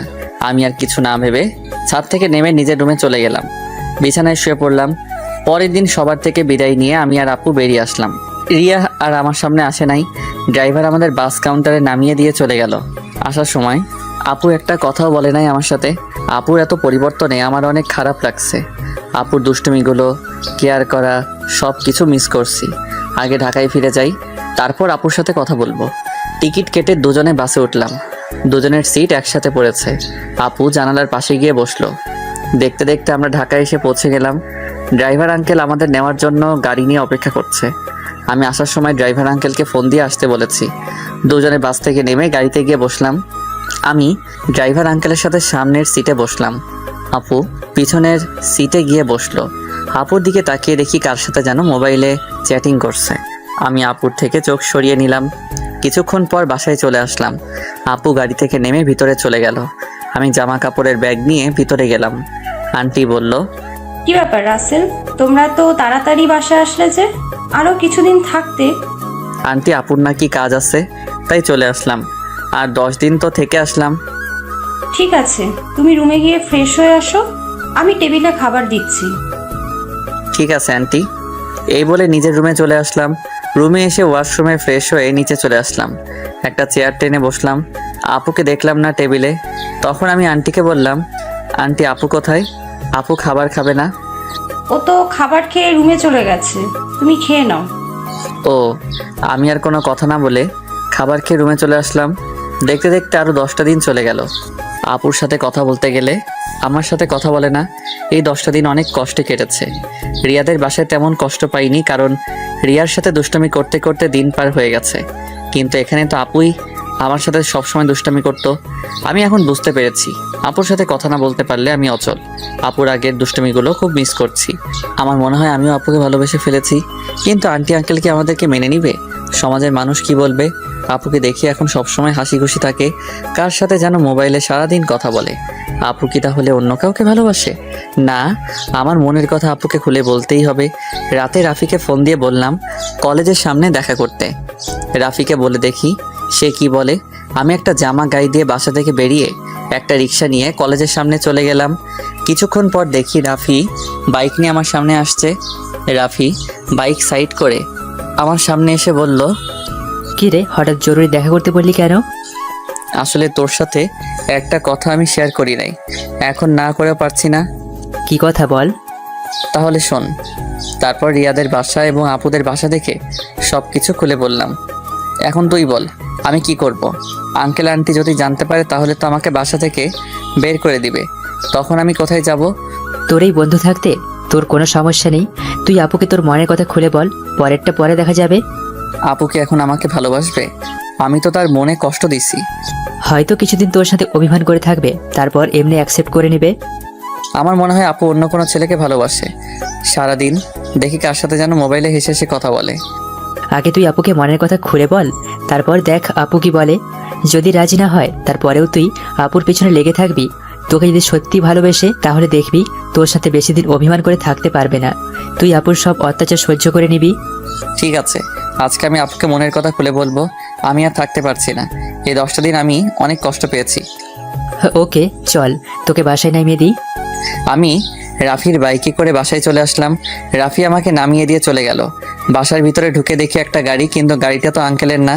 তাহলে বাসায় কারা এসেছে? আমি দরজার সামনে দাঁড়িয়ে কলিং বেলে চাপ দিলাম। খালা এসে দরজা খুলে দিল। আমি ভিতরে ঢুকে দেখি আপু শাড়ি পরে মেহমানদের সামনে বসে আছে। আবার একটা ছেলে দেখি তাদের সাথে আছে। আঙ্কেল দেখি বাসায়। সবাইকে অনেক খুশি খুশি লাগছে। আমাকে দেখে আঙ্কেল বলল, রাসেল, তুমি সকালে কোথায় গিয়েছিলে? আসলে আঙ্কেল রাফির সাথে ছিলাম। ও, তা দাঁড়িয়ে আছো কেন? বসো। দেখো, নাদিয়াকে ওরা দেখতে এসেছে। তাদের নাদিয়াকে পছন্দ হয়েছে। এখন বিয়ের দিন তারিখ ঠিক করব। নাদিয়া আপুর বিয়ের কথা শুনে আমার পায়ের নিচের মাটি সরে গেল। এখনই সবার সামনে বলতে ইচ্ছে করছে, নাদিয়া আপু তুমি বিয়েটা করো না। আমি তোমাকে ছাড়া থাকতে পারবো না। আমি তোমাকে অনেক ভালোবেসে ফেলেছি, কিন্তু সেটা আর বলতে পারছি না। তাদের দেখে বোঝা যাচ্ছে তারা এই বিয়েতে অনেক খুশি। সবচেয়ে বড় কথা হলো আপুকেও দেখে অনেক খুশি। তাদের এই খুশির মাঝে আমার ভালোবাসার কথা বলতে পারবো না। আমি চাই না আমার কারণে তাদের খুশি নষ্ট হয়ে যাক। আর ছেলেটা দেখতে অনেক সুন্দর, আপুর সাথে ভালো বানাবে। আমি নিজের কষ্ট চেপে রেখে তখন আমি বললাম, তাহলে তো অনেক ভালো, তোমরা যেটা ভালো মনে করো। তোর কি ছেলেকে পছন্দ হয়েছে? ওনাকে পছন্দ না হওয়ার কি আছে? দেখতে অনেক সুন্দর, আপুর সাথে ভালো মানাবে। তাহলে আমরা বিয়ের দিন তারিখ ঠিক করতে পারি। তারপর তারা বিয়ের দিন তারিখ ঠিক করলো। আগামী শুক্রবার আপুর বিয়ে।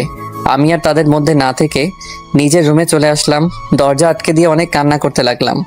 জীবনে কোনো মেয়েকে ভালোবাসি নাই, এই প্রথম একজনকে ভালোবাসলাম, কিন্তু তাকে আর বলতে পারলাম না। বলার আগেই তার বিয়ে ঠিক হয়ে গেল। হঠাৎ আমার মোবাইলটা বেজে উঠলো। দেখি রিয়া ফোন দিছে। আজকে এতদিন পরে রিয়া আজকে ফোন দিছে। চোখের পানি মুছে ফোনটা রিসিভ করলাম। কি রে, কেমন আছিস?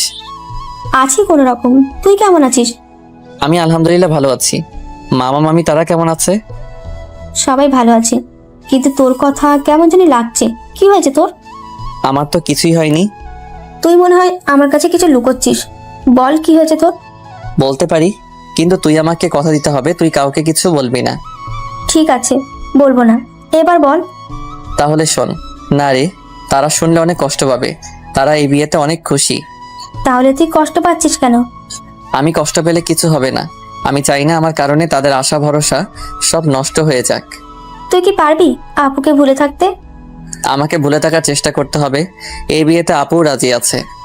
তাহলে আপু যখন তোকে ভালোবাসার কথা বলেছে তখন রাজি হোস নাই কেন? তখন তো আমি আপুকে ওই চোখে দেখি নাই, আমার বড় বোনের মতো দেখেছি। আর আঙ্কেল আন্টি এবং সমাজের কথা চিন্তা করে আপুকে মানা করে দেই। তখন যদি রাজি হতি তাহলে আজকে আর কষ্ট পেতে হতো না। এখন তুই কি করবি? এখন আমি আপুকে ভুলে থাকার চেষ্টা করব। আপুর বিয়ে হয়ে গেলে আঙ্কেল আন্টি একা হয়ে যাবে। তাই আমি চাই বাকিটা জীবন তাদের সাথে পার করে দিতে। ঠিক আছে, তাহলে ভালো থাকিস। আর যা কিছু করিস চিন্তা ভাবনা করে করিস। বাই। এটা বলে রিয়া ফোন কেটে দিল। আমার চোখ দিয়ে আবার পানি পড়তে শুরু করলো। কান্না করতে করতে নিচে ঘুমিয়ে গেলাম। রাতে সবাই টেবিলে বসে খাবার খেতে লাগলাম। তখন আঙ্কেল বলল, রাসেল, আমি চাই নাদিয়ার বিয়ের সবকিছু তুমি করবে। ঠিক আছে আঙ্কেল। আরে রাসেল, তোমার চোখ দুটো লাল হয়ে আছে কেন? কি হয়েছে তোমার? আসলে আন্টি চোখে কি যেন পড়েছে, তাই লাল হয়ে গেছে। চিন্তা করবেন না, এমনি ঠিক হয়ে যাবে। আমি নাদিয়া আপুর দিকে তাকিয়ে দেখি এক মনে খাবার খেয়ে যাচ্ছে। আমি তার থেকে চোখ সরিয়ে হালকা খাবার খেয়ে রুমে চলে আসলাম। রুমে এসে দেখি মোবাইলটা বাজতে আছে। হাতে নিয়ে দেখি রাফি ফোন দিছে। আমি রিসিভ করার পর রাফি বলল, কি রে, কেমন আছিস? আপুকে কি ভালোবাসার কথা বলেছিস? আমি ভালো আছি, আর আপুকে ভালোবাসার কথা বলতে পারি নাই। কেন, কি হয়েছে? আপুর বিয়ে ঠিক হয়ে গেছে, তাই আর আমার মনের কথা খুলে বলতে পারি নাই। কি বলছিস তুই? কোথায় বিয়ে ঠিক হয়েছে? ছেলের বাড়ি কোথায় সেটা বলতে পারবো না। ছেলেটা দেখতে অনেক সুন্দর। তুই আমাকে বাসার সামনে নামিয়ে দিয়ে যাওয়ার পর তারপর সব খুলে বললাম। এটা তুই কি বলছিস? তুই কি পারবি আপুকে ভুলে থাকতে? তুই একবার আঙ্কেল আন্টিকে কথাটা খুলে বল, আর না হয় আপুকে বল। না রে, আমি চাই না আমার কথা শুনে তারা কষ্ট পাক। এই বিয়েতে তারা সবাই খুশি আছে, আর নাদিয়া আপু রাজি আছে। আঙ্কেল আন্টির কথা চিন্তা করে নিজেকে কষ্ট দিবি? তুই কি থাকতে পারবি? শোন, আঙ্কেল আমাকে রাস্তা থেকে তুলে এনে তাদের বাসায় ঠাঁই দিয়েছে। তাদের মতো একটা পরিবার পেয়েছি। আমার মতো এতিম ছেলেকে নিজের ছেলের মতো দেখেছে। তাহলে আমি কথা বলি কেমন করে? আর নাদিয়া আপুকে আমি ভুলে যাব? কিছুদিন গেলে সবকিছু ঠিক হয়ে যাবে। তুই মানুষ না রে, তুই একটা ফেরেশতা। তোর মতো বন্ধু পাওয়া ভাগ্যের ব্যাপার। ঠিক আছে, ভালো থাকিস। কালকে থেকে বিয়ের সবকিছু আমাকে করতে হবে, আজকে আঙ্কেল বলেছে। ওকে, ভালো থাকিস, আল্লাহ হাফেজ। এটা বলে রাফি ফোন কেটে দিল। আমি নিজেকে যতই শক্ত রাখার চেষ্টা করি, কিন্তু আমি তা পারছি না। বারবার আপুর চেহারাটা চোখের সামনে ভেসে আসছে। আর কিছু না ভেবে ঘুমিয়ে পড়লাম।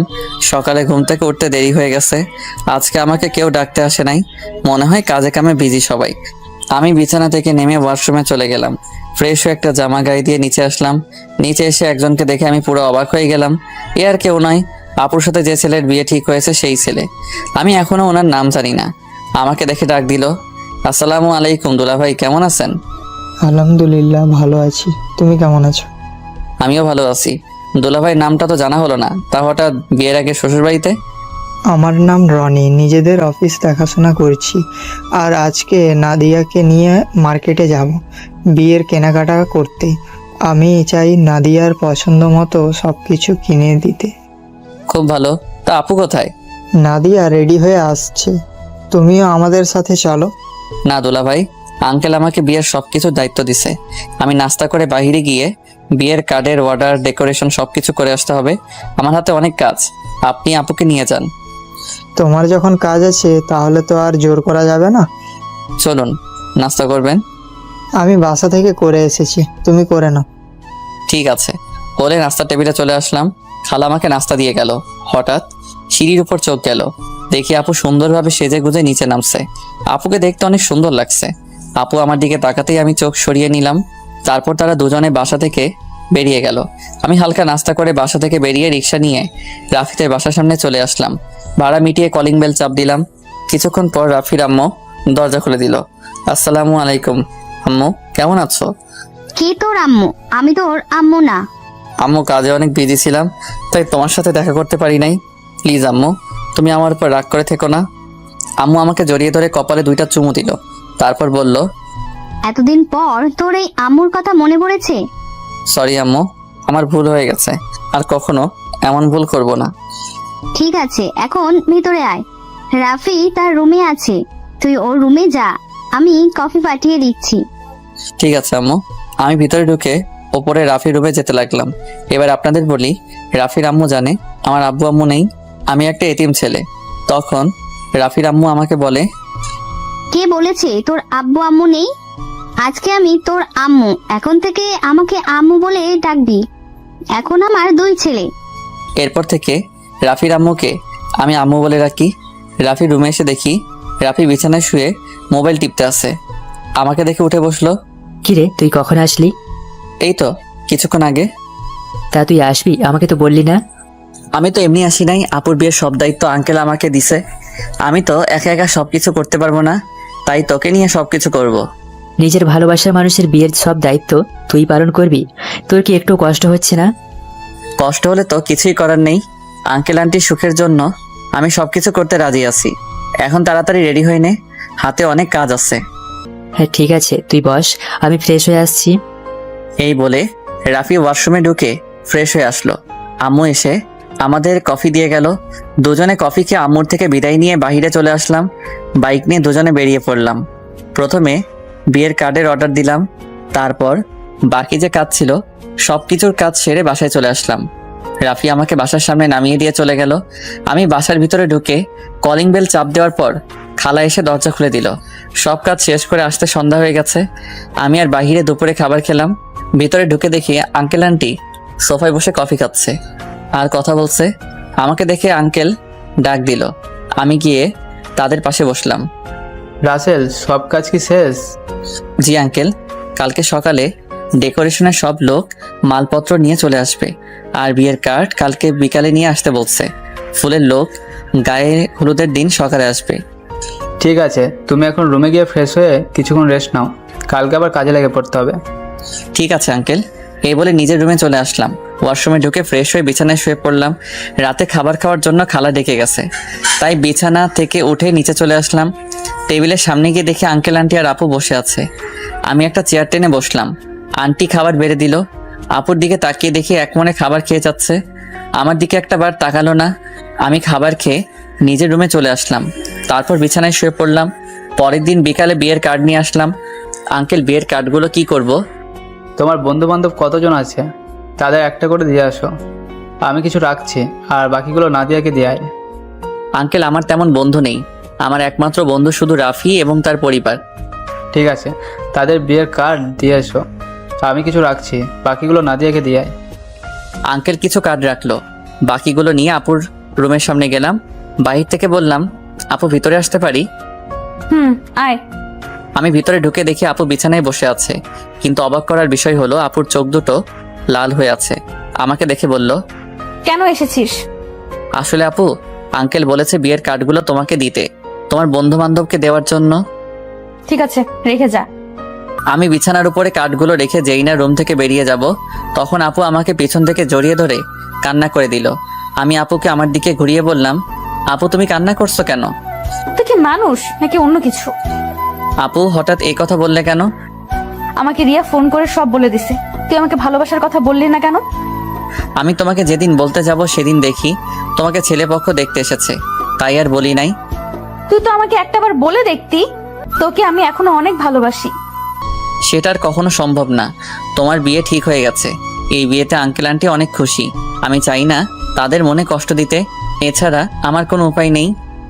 ঠিক আছে, তুই যখন মা বাবার সুখের কথা চিন্তা করে আমাকে বিয়ে করবি না, তাহলে আমি রনিকে বিয়ে করব। কিন্তু কখনো রনিকে স্বামীর অধিকার দিব না। আমি তোকে ভালোবাসি আর সারা জীবন বেঁচে যাব। আপু তুমি এমন পাগলামি করো না, আমাকে তুমি ভুলে যাও। নিজের বাবা মার কথা একটাবার চিন্তা করো। তোমার বিয়েতে তারা অনেক খুশি। তুই আমার রুম থেকে বেরিয়ে যা।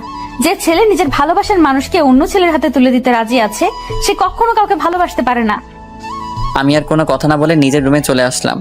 নিজের চোখ দিয়ে 2 ফোঁটা পানি পড়ে গেল। আপু আমি তোমাকে অনেক ভালোবাসি। তুমি যদি আমার জায়গায় হতে তাহলে তুমি তাই করতে। আমার কিছু করার নেই। দেখতে দেখতে বিয়ের দিন চলে এসেছে। আপুর বিয়েতে সবাই এসেছে। আজকে আপুর গায়ে হলুদ। আপুকে স্টেজে আনা হয়েছে। এক এক করে সবাই আপুকে হলুদ লাগাতে লাগলো। আমি একটু দূরে দাঁড়িয়ে দাঁড়িয়ে দেখতে লাগলাম। হলুদ শাড়িতে আপুকে অনেক সুন্দর লাগছে, যেন একটা পরী সামনে বসে আছে। রিয়া আমার সামনে এসে বলল, কি রে, এখানে দাঁড়িয়ে আছিস কেন? এমনি দাঁড়িয়ে আছি। তুই কি মনে করেছিস আমি কিছু বুঝি না? এখনো সময় আছে, তুই মামা মামিকে সবকিছু খুলে বল। না রে, আমি চাই না তাদের মনে কষ্ট দিতে। তোর কি কষ্ট হচ্ছে না? আমি চুপ হয়ে গেলাম। মনে মনে বললাম, আমার ভিতরটা ফেটে যাচ্ছে, কিন্তু আমি এখন কি করব? আমাকে চুপ থাকতে দেখে রিয়া আবার বলল, কি রে, কথা বলছিস না কেন? আমার ভালো লাগছে না, তুই আমাকে একটু একা থাকতে দে। রিয়া আর কোনো কথা না বলে চলে গেল। হঠাৎ আঙ্কেল আমার সামনে এসে বলল, কি ব্যাপার রাসেল, তুমি এখানে দাঁড়িয়ে আছো কেন? যাও নাদিয়াকে হলুদ লাগিয়ে আসো। যাচ্ছি আঙ্কেল বলে স্টেজে উঠে নাদিয়া আপুর সাথে বসলাম। আপু আমার দিকে করুণ চোখে তাকালো। আমি একটু হলুদ আপুর গালে লাগিয়ে দিলাম। তারপর মিষ্টি আপুর মুখের সামনে ধরলাম, কিন্তু আপু খাচ্ছে না, আমার দিকে তাকিয়ে আছে। তখন আন্টি বলল, কি রে নাদিয়া, রাসেল তোর মুখের সামনে মিষ্টি ধরে রাখছে, তুই খাস না কেন? আন্টির কথা শুনে আপু হালকা একটু মিষ্টি খেলো। তারপর আপু আমাকে একটু মিষ্টি খাইয়ে দিল। আমি আর বসে না থেকে ছাদে চলে গেলাম। অনেক কষ্টে আপুর সামনে চোখের পানি আটকে রেখেছি। ছাদের কিনারে দাঁড়িয়ে কান্না করতে লাগলাম। আজকে রাতটা পার হলে কালকে আপুর বিয়ে হয়ে যাবে। নিজের চোখের সামনে কিভাবে দেখবো আপুর বিয়ে? আমার চোখের পানি কোনো বাধা মানছে না, অজর ধারায় পানি পড়তে লাগলো। ছাদে কতক্ষণ ছিলাম বলতে পারবো না। আমার একটা জিনিস কিছুতেই মাথায় ঢুকছে না। রাফিকে আজকে গায়ে হলুদ দিয়ে দেখলামও না। ও কোথায়? আমাকে তো বলছে সন্ধ্যার পর চলে আসবে। আম্মু আব্বু তারা এসেছে, কিন্তু তাকে দেখলাম না। পকেট থেকে মোবাইল বের করে রাফিকে ফোন দিলাম, কিন্তু তার মোবাইল বন্ধ বলছে। আমি আর কিছু না ভেবে নিচে নামতে যাব, হঠাৎ ছাদে কারো আসার শব্দ পেলাম। নিচের দিকে তাকিয়ে দেখি আপু ছাদের দিকে আসছে। আপু আমাকে দেখে হাত ধরে টেনে ছাদের কিনারে নিয়ে আসলো। তখন আপু বলল, নিজেকে এত কষ্ট দিচ্ছিস কেন? রাসেল এখনো সময় আছে, তুই আব্বু আম্মুকে সবকিছু খুলে বল। তুই যদি বলতে ভয় পাস তাহলে আমি বলি। না আপু, তুমি এই কাজ কখনো করবে না। তারা শুনলে অনেক কষ্ট পাবে। আমি চাই না তারা আমার কথা শুনে কষ্ট পাক। তুই কি পারবি আমাকে ছেড়ে থাকতে? আমাকে পারতেই হবে। রাসেল, শেষবারের মতো আমার একটা কথা রাখবি? কি কথা বলো? তুই কালকে আমার সামনে আসিস না।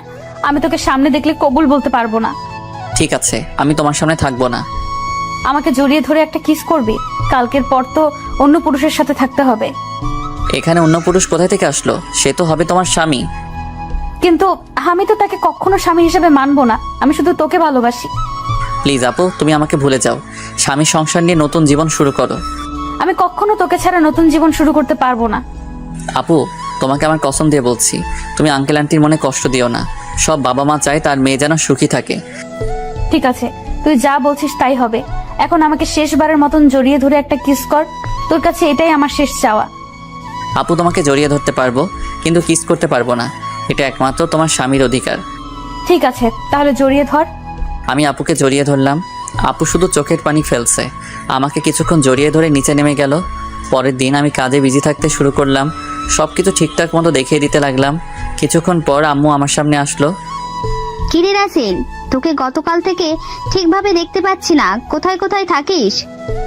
আসলে আম্মু, আপুর বিয়ের সব দায়িত্ব আমার হাতে, তাই কাজে কামে এদিক ওদিক দৌড়াতেছিলাম। আর তোর চোখ দুটো দেখি লাল হয়ে আছে, কি হয়েছে তোর? আমার কিছু হয়নি আম্মু, এমনি রাতে একটু ঘুম কম হয়েছে। বেশি রাতে ঘুমাইছি তো, আবার সকাল সকাল ঘুম থেকে উঠে কাজে লেগে পড়ছি। ঠিক আছে, তুই থাক, আমি ভিতরে যাচ্ছি। ওকে আম্মু। আচ্ছা আম্মু, রাফি কোথায়? কালকে থেকে রাফিকে দেখছি না, ওর মোবাইলও বন্ধ। আমাকে তো বলেছে তার কি একটা কাজ আছে, তাই সে আসতে পারবে না, কিন্তু আজকে দুপুরে চলে আসবে বলেছে। মোবাইল বন্ধ কেন সেটা তো বলতে পারবো না। ও, আম্মু আর কোনো কথা না বলে চলে গেল। আমি আবার কাজে লেগে পড়লাম। দেখতে দেখতে দোলা আসার সময় হয়ে গেছে। এদিকে আমার সব কিছু ঠিকঠাক মতো হয়ে গেছে। আমি রুমে এসে ফ্রেশ হয়ে একটা পাঞ্জাবি গায়ে দিয়ে রুম থেকে বেরিয়ে যেতেই হঠাৎ রিয়া আমার রুমে আসলো। কি রে, তুই হঠাৎ আমার রুমে? রাসেল, তোর অনেক কষ্ট হচ্ছে তাই না রে? আমি সব কষ্ট মাটি চাপা দিয়ে দিছি। হয়তো নাদিয়া আপু আমার কপালে ছিল না, তাই এরকম আমার সাথে হয়েছে। আমি তার জন্য দোয়া করি সে যেন স্বামী সংসার নিয়ে সুখে থাকে। তোকে কিছু বলার ভাষা আমার নেই। তুই আসলে মানুষ না, তুই একটা ফেরেশতা। ঠিক আছে, দুলা আসার সময় হয়ে গেছে, এখন বাইরে যেতে হবে। চল দুজনে একসাথে যাই। ঠিক আছে, চল। আমি আর রিয়া রুম থেকে বেরিয়ে গেটের সামনে গেলাম, দেখি জামাই চলে এসেছে। আমি জামাইকে দেখে অন্যদিকে চলে গেলাম। সবাই জামাইকে নিয়ে ভিতরে ঢুকলো, তারপর স্টেজে নিয়ে বসালো। কিছুক্ষণ পর নাদিয়া আপুকে নিয়ে আসলো। আজকে আপুকে লাল বেনারসিতে অনেক সুন্দর লাগছে। আপুকে জামাইয়ের সাথে বসানো হলো।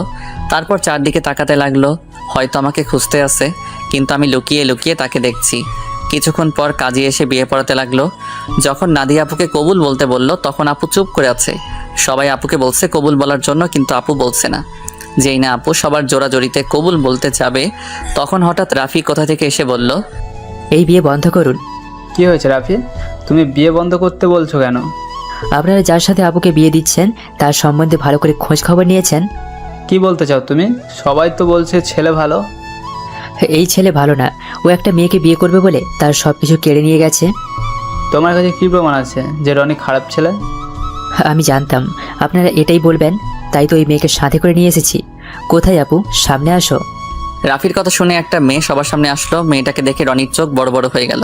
তখন রাফি বলল, বোন, তুমি সবার কাছে সত্যিটা খুলে বলো। আমার নাম মিম। রনি আর আমার 1 বছরের রিলেশন। সে আমাকে বিয়ে করবে বলে আমার সবকিছু কেড়ে নিয়ে গেছে। কিছুদিন আগে সে আমাকে বলে তাকে ভুলে যেতে, তার নাকি অন্য জায়গায় বিয়ে ঠিক হয়ে গেছে। আমার সাথে নাকি প্রেমের অভিনয় করেছে। আমার ছেলে যে তোমার সাথে খারাপ কিছু করেছে তার কি প্রমাণ আছে? আমার মোবাইলে আমার আর রনির একসাথে ছবি আছে এবং কিছু নেগেটিভ ছবিও আছে, চাইলে দেখতে পারেন। বলে মোবাইলটা রনির বাবার হাতে দিল। তখন রনির আব্বু বলল, আমি তোমাদের দুজনের ছবি শুধু দেখেছি, আর ওগুলো দেখতে চাই না। রহমান সাহেব, আপনি আমাকে ক্ষমা করে দিন। আমি জানতাম না আমার ছেলে এত খারাপ। যদি জানতাম তাহলে কখনো আপনার মেয়ের জন্য বিয়ের প্রস্তাব নিয়ে আসতাম না। আমি আজকে ওদের দুজনকে বিয়ে দিব, পারলে আমাকে মাফ করে দিবেন। এই বলে রনির বাবা মিম এবং রনিকে নিয়ে তারা বাসা থেকে বেরিয়ে গেল। সবাই এখন চিন্তা করছে নাদিয়ার কি হবে। তখন আঙ্কেল বলল, এখন আমার মেয়েটার কি হবে? এখন ওকে কে বিয়ে করবে? তখন রাফি আর রিয়া আঙ্কেলের সামনে গিয়ে বলল, আঙ্কেল আপনি কোনো চিন্তা করবেন না, আপুর বিয়ে আজকে এবং এখনই হবে। তুমি কি বলছো রাফি আমার মেয়েকে বিয়ে করবে? মামি, ছেলে আমাদের এবং আপনাদের সবার পরিচিত। আমি তোর কথা কিছুই বুঝলাম না, তুই কার কথা বলছিস রিয়া? সে আর কেউ নয়, আমি রাসেলের কথা বলছি। রাসেল আর নাদিয়া আপু দুজনকে পাগলের মতো ভালোবাসে। শুধু আপনাদের সুখের কথা চিন্তা করে নিজের ভালোবাসা কোরবানি দিতে চেয়েছে। তুমি ওকে রাস্তা থেকে তুলে এনে নিজের বাসায় ঠাঁই দিচ্ছ, তাই তোমাদের নুন খেয়ে তোমাদের মনে কষ্ট দিতে চাইনি। আমি আপনাকে সবকিছু খুলে বলি। আঙ্কেল রাফির কথা শুনে আমার সামনে এসে ঠাস ঠাস করে একটা থাপ্পড় মেরে বলতে লাগলো, নিজেকে খুব মহান মনে করছিস তাই না? আমি কি কখনো তোর চাওয়া পাওয়া অপূর্ণ রেখেছি? তোকে আমি বাইরের ছেলে মনে করেছি? তুই কেন এমন করছিস? আমি তোমাদের সাথে প্রতারণা করতে পারবো না। আমি আপনাদের দুজনকে সবসময় নিজের মা বাবার মতো দেখে এসেছি। আমি একটা এতিম ছেলেকে ঠাঁই দিয়ে নতুন জীবন দিয়েছেন, আমি কি করে আপনাদের মনে কষ্ট দেই? আরে আমি তোকে কখনো অন্যভাবে দেখিনি, আমি তোকে নিজের ছেলের মতো জানি। তুই আমাদের কাছে একটাবার বলে দেখতি, আমি কখনো মানা করতাম না। এটা শুনে আমি তো আরও খুশি হয়েছি। আচ্ছা তোর কথা বাদ দিলাম, নাদিয়া তো আমাদের খুলে বলতে পারতি। আমি তোমাদের সবকিছু খুলে বলতে চেয়েছি, কিন্তু রাসেল আমাকে মানা করছে, আবার আমাকে কসম দিছে। ঠিক আছে, এখন সব বাদ। এখন রাফি, তুমি রাসেলকে তৈরি করে নিয়ে আসো। ঠিক আছে আঙ্কেল। এই বলে রাফি আমাকে নিয়ে উপরে চলে আসলো। আমি সাথে সাথে রাফিকে জড়িয়ে ধরে কান্না করে দিলাম। তারপর বললাম, কিরে কেমনে কি? আমার পাঠক পাঠিকারা তো কিছুই বুঝতে পারছে না, একটু সবাইকে খুলে বল। ঠিক আছে বলছি। আমি গতকাল দুপুরে মার্কেটে যাচ্ছিলাম আপুর বিয়ের উপহার কিনতে। তখন হঠাৎ দেখি একটা মেয়ে রোয়ারির মতো একটা ছেলের সাথে কথা বলছে। হঠাৎ ছেলেটা মেয়েটাকে ঠাস করে দুইটা থাপ্পড় মেরে চলে যায়। ছেলেটা যে সময় গাড়িতে উঠবে তখন তার চেহারা দেখে অবাক হয়ে যায়, কারণ সে ছিল রোয়ানি ভাই। আমি আর দাঁড়িয়ে না থেকে মেয়েটার কাছে গেলাম।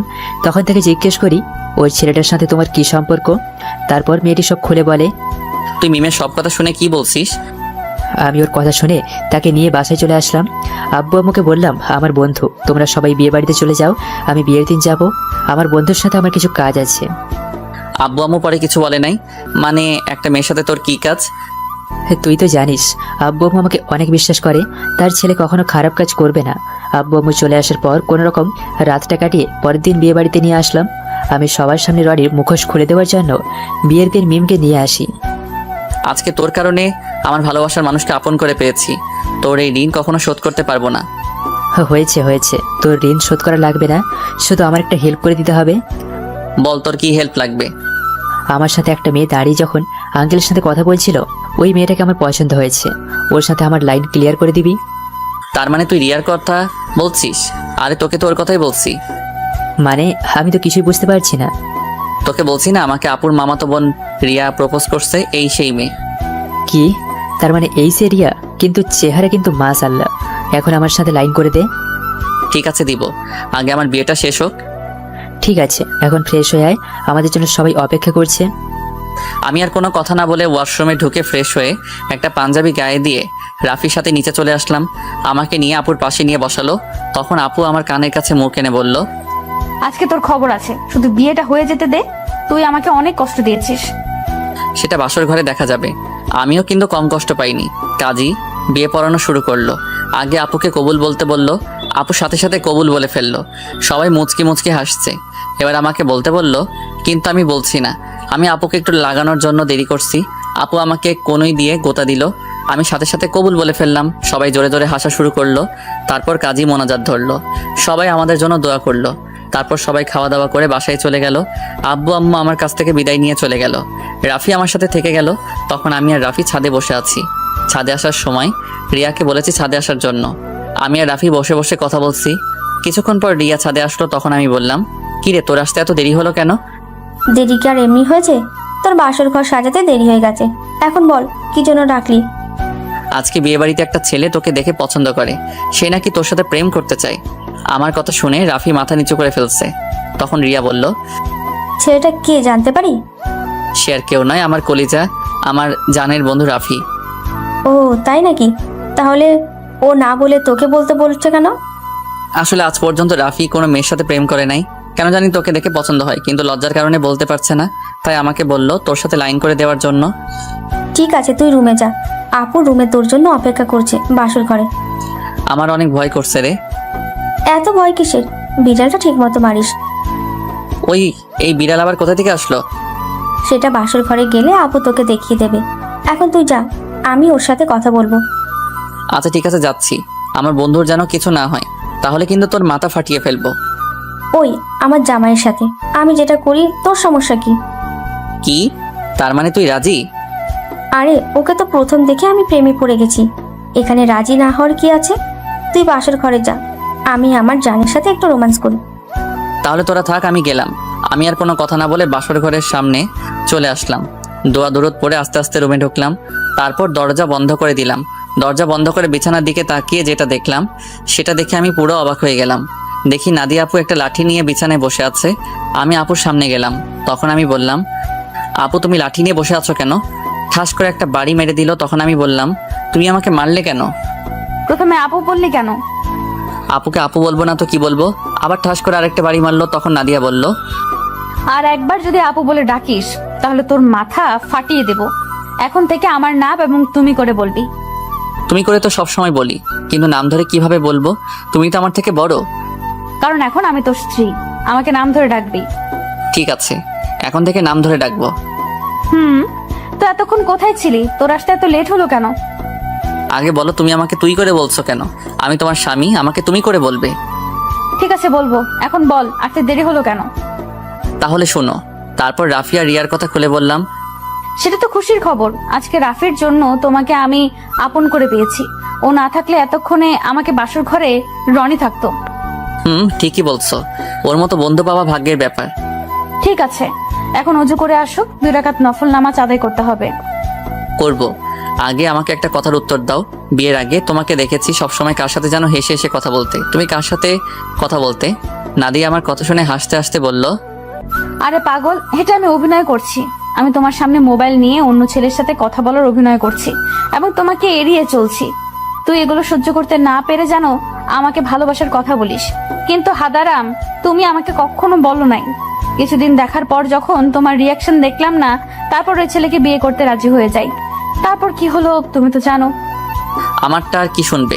সব তো তুমি জানতে পেরেছো। এখন চলো দুজনে উজু করে আসি। ঠিক আছে। আমি আর নাদিয়া ওয়াশরুমে ঢুকে উজু করে 2 রাকাত নফল নামাজ আদায় করে খাটে গিয়ে বসলাম। তখন নাদিয়া বলল, আজকে তোমার ভালোবাসা দিয়ে আমার সব কষ্ট দূর করে দাও। তোমার কষ্ট দূর করলে আমার কষ্টগুলো দূর করবে কে?